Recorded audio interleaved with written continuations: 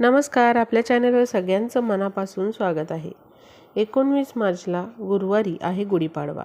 गुढीपाडव्याच्या दिवशी आपल्याला लक्ष्मी प्राप्तीसाठी एक उपाय करायचा आहे।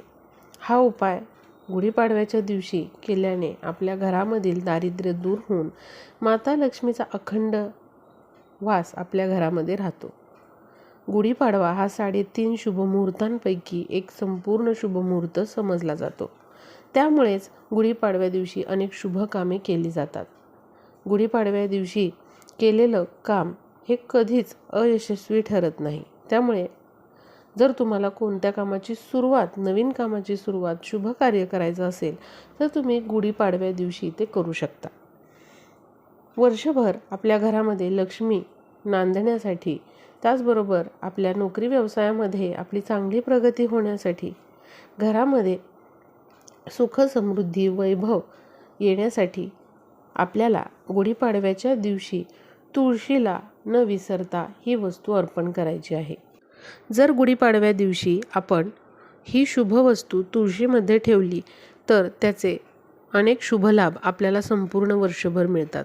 कारण बघा, काही सणांचं एक विशेष महत्त्व असतं।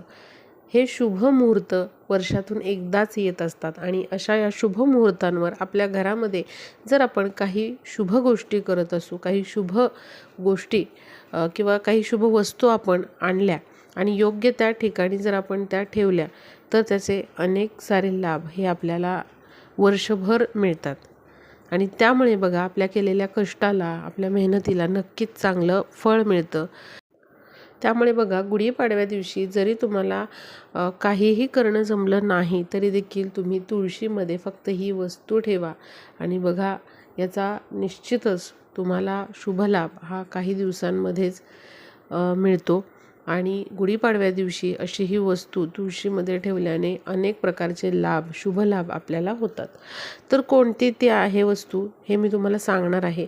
त्यापूर्वी गुढीपाडव्या दिवशी काही महत्त्वाच्या गोष्टी अवश्य तुमच्या घरामध्ये करायच्या आहेत, ज्यामध्ये की गुढीपाडव्या दिवशी बघा, चैत्र महिन्याला सुरुवात होत असते। चैत्र महिना हा मराठी महिन्यांमधला पहिला महिना समजला जातो आणि आपलं मराठी नवीन वर्ष या महिन्यापासून सुरू होत असतं।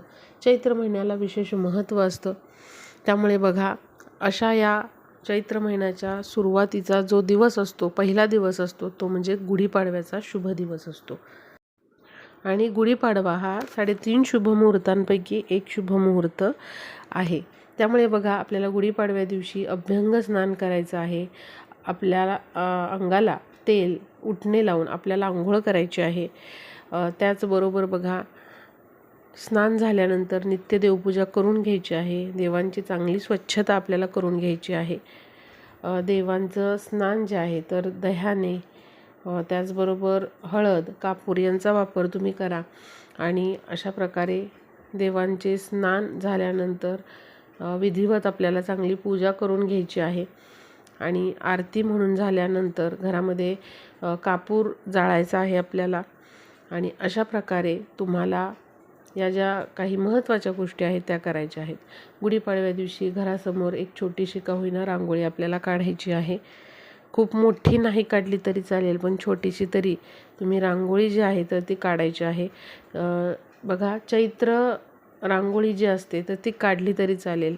आजकाल साचे मिळतात, तर चैत्रांगणाची रांगोळी जी असते ती काढली तुम्ही तरी चालेल। तुमच्या उंबरठ्याबाहेर लक्ष्मीची पावले काढा। घरासमोर छोटीशी रांगोळी काढायची आहे। आणि बघा, जी स्वच्छता आहे आपल्या घराची ती आदल्या दिवशीच आपल्याला करायची आहे। या गोष्टी खूप महत्त्वाच्या आहेत, त्या आपल्या घरामध्ये गुढीपाडव्या दिवशी आपल्याला करायच्या आहेत। आता बघूया, आपल्याला तुळशीसमोर कोणती वस्तू ठेवायची आहे। तर बघा, गुढीपाडव्या दिवशी हे सगळं झाल्यानंतर आपल्याला लवकरात लवकर गुढी उभारून घ्यायची आहे। गुढी ही आपल्याला सकाळी कोवळ्या उन्हामध्येच उभी करायची असते। त्यामुळे सकाळी 7 पासून 9 वाजेपर्यंत तुम्ही ही गुढी उभारू शकता। लवकरात लवकर आपल्याला गुढी जी आहे तर ती उभारायची आहे। गुढी म्हणजे विजयाचं प्रतीक आहे। असं म्हटलं जातं की श्रीराम वनवासावरून परतल्यानंतर लोकांनी आनंदामध्ये गुढ्या उभारल्या। म्हणजेच काय, तर श्रीरामांचा विजय झालेला, त्यांनी रावणाचा वध केलेला आणि हा विजय साजरा करण्यासाठी गुढ्या उभारल्या गेल्या. म्हणजेच गुढी हे विजयाचं प्रतीक आहे. त्यामुळे बघा, अशी ही गुढी जी आहे तर ती आपल्याला सकाळीच उभारायची आहे. त्याचबरोबर बघा, आता हा दिवस प्रभू श्री रामचंद्रांना समर्पित असतो आणि श्रीराम म्हणजेच भगवान विष्णूंचं रूप आहेत. आणि बघा, तुळस ही विष्णूंना अति प्रिय आहे. तुळस ही विष्णुप्रिय आहे.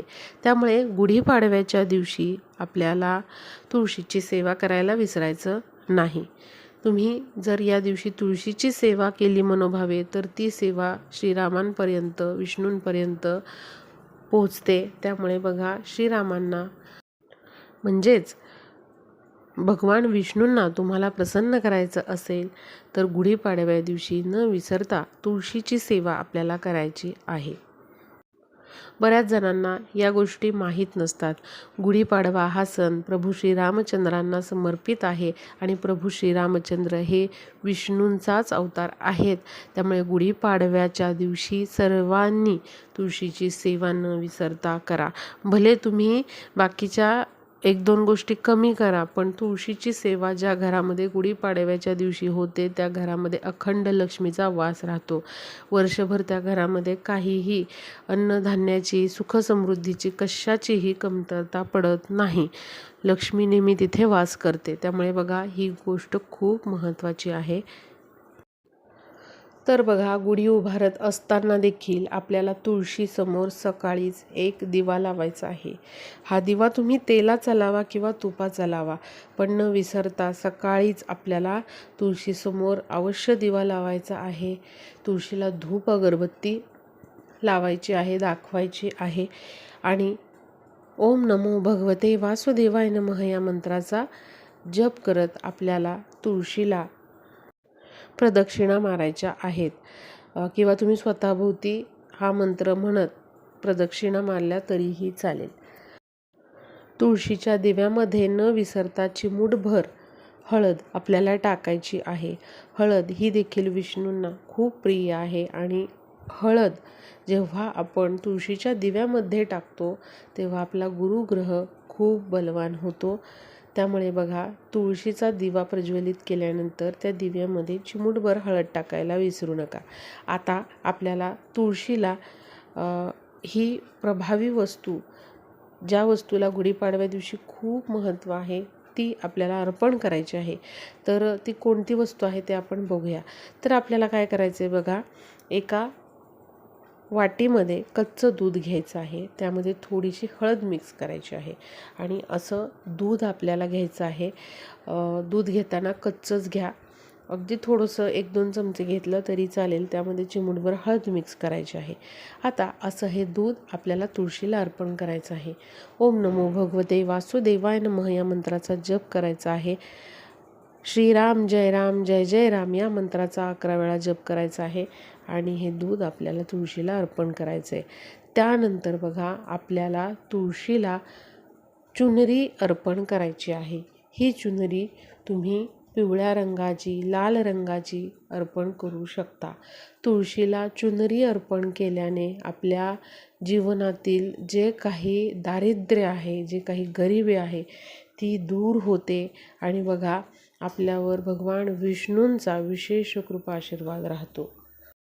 त्यामुळे आपल्याला पिवळी किंवा लाल चुनरी जी आहे ती तुळशीला अर्पण करायची आहे. आणि त्यानंतर बघा, तुम्हाला तुळशीजवळ साखरेची जी गाठीची माळ असते तर ती तिथे तुळशीला न विसरता अर्पण करायची आहे. साखरेची गाठीची माळ तुळशीला गुढीपाडव्या दिवशी न विसरता आपल्याला अर्पण करायची आहे. यामुळे बघा, घरामधले क्लेश, कलह, भांडणं हे दूर होतात. त्यामुळे आपल्याला न विसरता तुळशीला साखरेची गाठीची माळ जी आहे तर ती अर्पण करायची आहे. आणि त्याचबरोबर तुम्हाला गुढीपाडव्या दिवशी तुळशीला नैवेद्य म्हणून भिजवलेली चणा डाळ आणि गूळ हा नैवेद्य तुळशीमध्ये ठेवायचा आहे किंवा तुळशीला अर्पण करायचा आहे. गुढीपाडव्या दिवशी हा नैवेद्य तुळशीला अर्पण केल्याने भगवान विष्णूंचा आणि लक्ष्मीचा आपल्यावर कृपा आशीर्वाद राहतो. त्यामुळे बघा, सांगितलेला उपाय तुम्ही न विसरता करा. मी जे वस्तू सांगितलेली आहे ती नक्की तुळशीला गुढीपाडव्या दिवशी अर्पण करायची आहे. कारण गुढीपाडवा हा दिवस श्रीरामांना समर्पित आहे आणि प्रभू श्रीराम म्हणजे भगवान विष्णूंचं रूप आहे. आणि या दिवशी तुळशीची सेवा केल्याने ती सेवा आपली विष्णूंपर्यंत, श्रीरामांपर्यंत पोहोचते. आणि बघा, 3.5 मुहूर्तांपैकी गुढीपाडवा हा शुभ मुहूर्त आहे. आपल्या मराठी नवीन वर्षाची सुरुवात या दिवशी होते. त्यामुळे वर्षभर आपली चांगली प्रगती व्हावी, आपल्या घराची प्रगती व्हावी, यासाठी सर्वांनी हा उपाय करायचा आहे. कारण बघा, वर्षातून एकदाच येणाऱ्या या तिथी असतात. त्यामुळे हे उपाय देखील वर्षातून एकदाच करता येतात आणि ज्या त्या तिथीचं विशेष असं महत्त्व असतं. त्यामुळे आपल्याला ज्या त्या तिथीला विशेष असे उपाय करायचे आहेत. तर नक्की हा उपाय सर्वांनी गुढीपाडव्या दिवशी 19 मार्चला गुरुवारी करायचा आहे. सर्वांना गुढीपाडव्याच्या खूप खूप शुभेच्छा. हे येणारं नवीन वर्ष तुम्हाला सुख, समृद्धी, ऐश्वर्य, भरभराट, आरोग्य, प्रगतीचं जावो हीच ईश्वरचरणी प्रार्थना. धन्यवाद.